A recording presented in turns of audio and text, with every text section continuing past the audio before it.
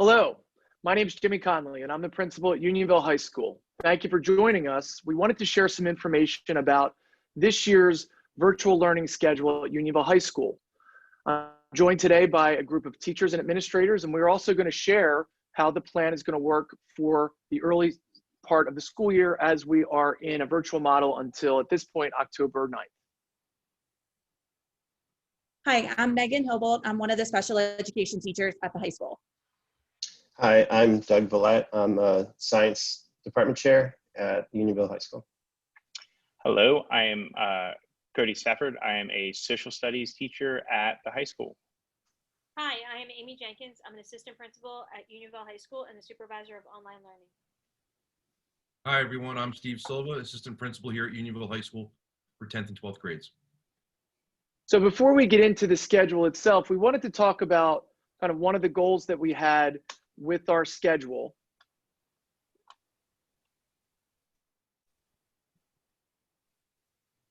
And over the course of the spring and into the summer months, we did take a lot of survey data from all stakeholders. That's our students, our staff, as well as our community.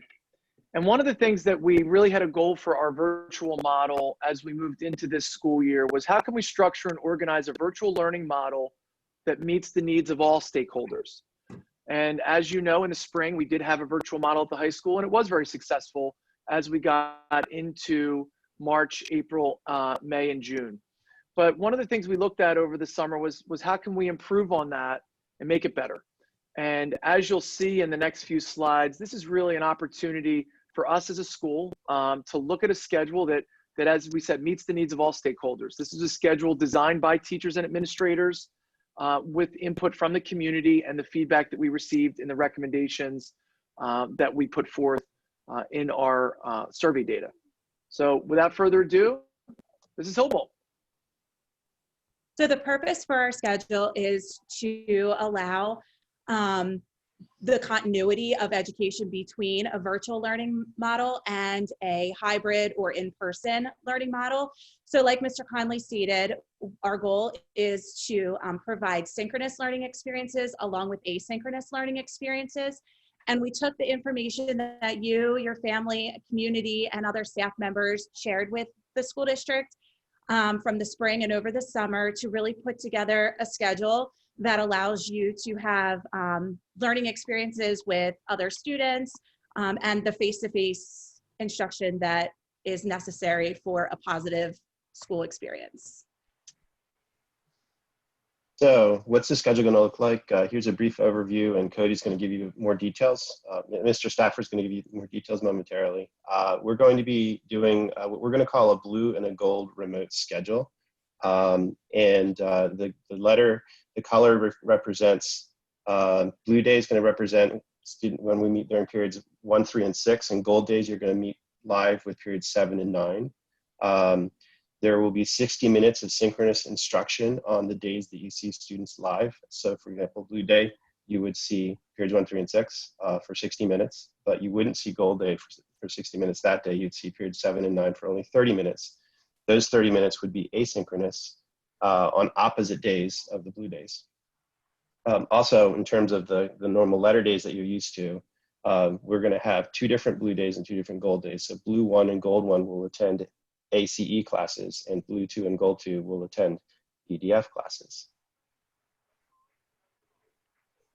All right, so if we just take a look at the actual schedule, what it's going to look like for you during the day. So as Mr. Villette said there, Dr. Villette said, we have a blue day schedule and then a gold day schedule. So on our blue days, what you'll do is you'll meet live for those 1-hour synchronous periods for periods 1, 2, 3, and 6.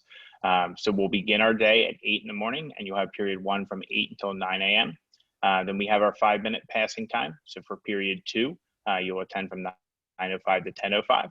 And the same thing, 5-minute passing period between 2 and 3 from 10:10 to 11:10. And then everybody has lunch for a half hour. And then we'll wrap up our live synchronous instruction on blue days with period 6 from 11:40 to 12:40 p.m. After that, there is asynchronous work time. Teachers in the afternoon will also have a common office hour from 12:45 to 1:45. So after period 6 wraps up, if you need to touch base with any of your teachers, all teachers will be available for office hours from 12:45 to 1:45.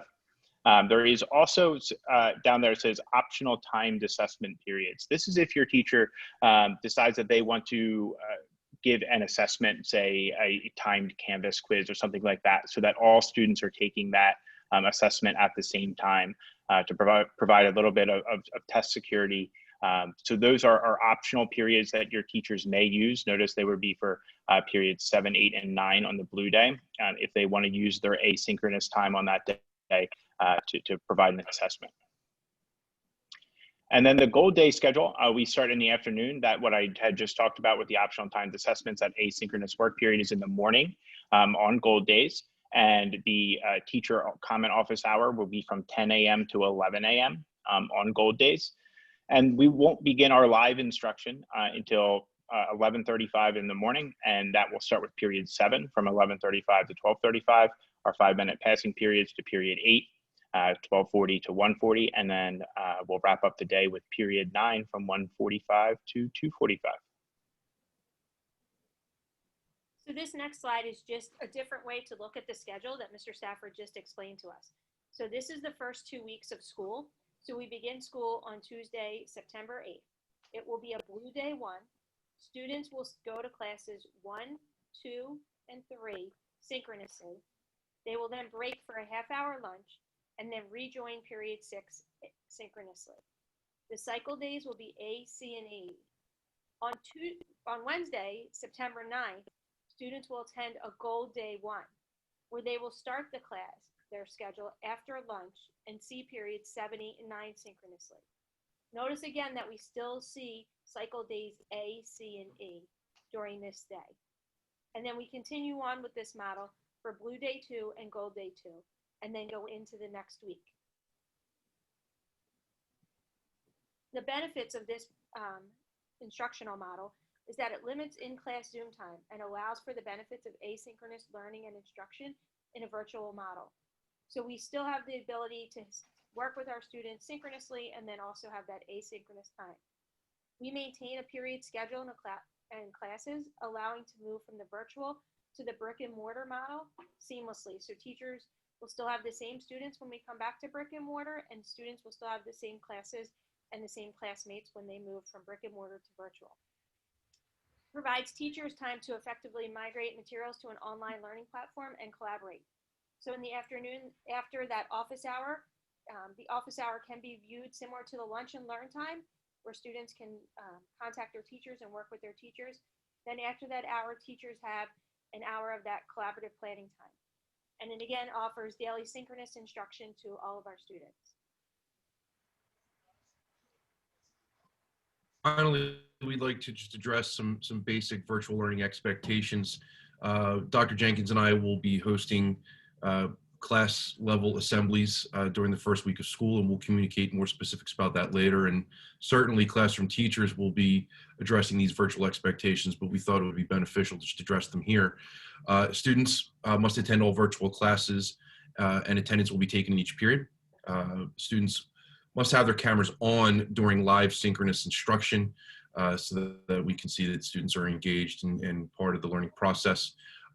Make sure students are dressed appropriately for school, following our dress guidelines as listed in the student handbook.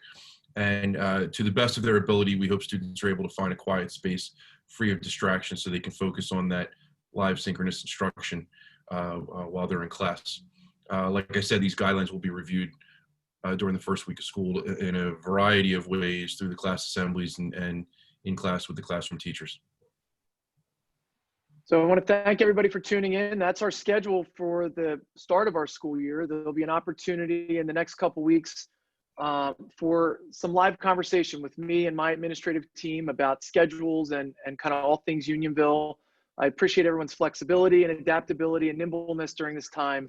And again, as we always say, we appreciate everybody being a fan of the plan. So stay tuned in the next couple weeks. And as I said, live opportunity for us to have discussions about these things. But we appreciate everyone's opportunity today to listen to our schedule, and feel free to reach out to us if you have any questions. Have a good night.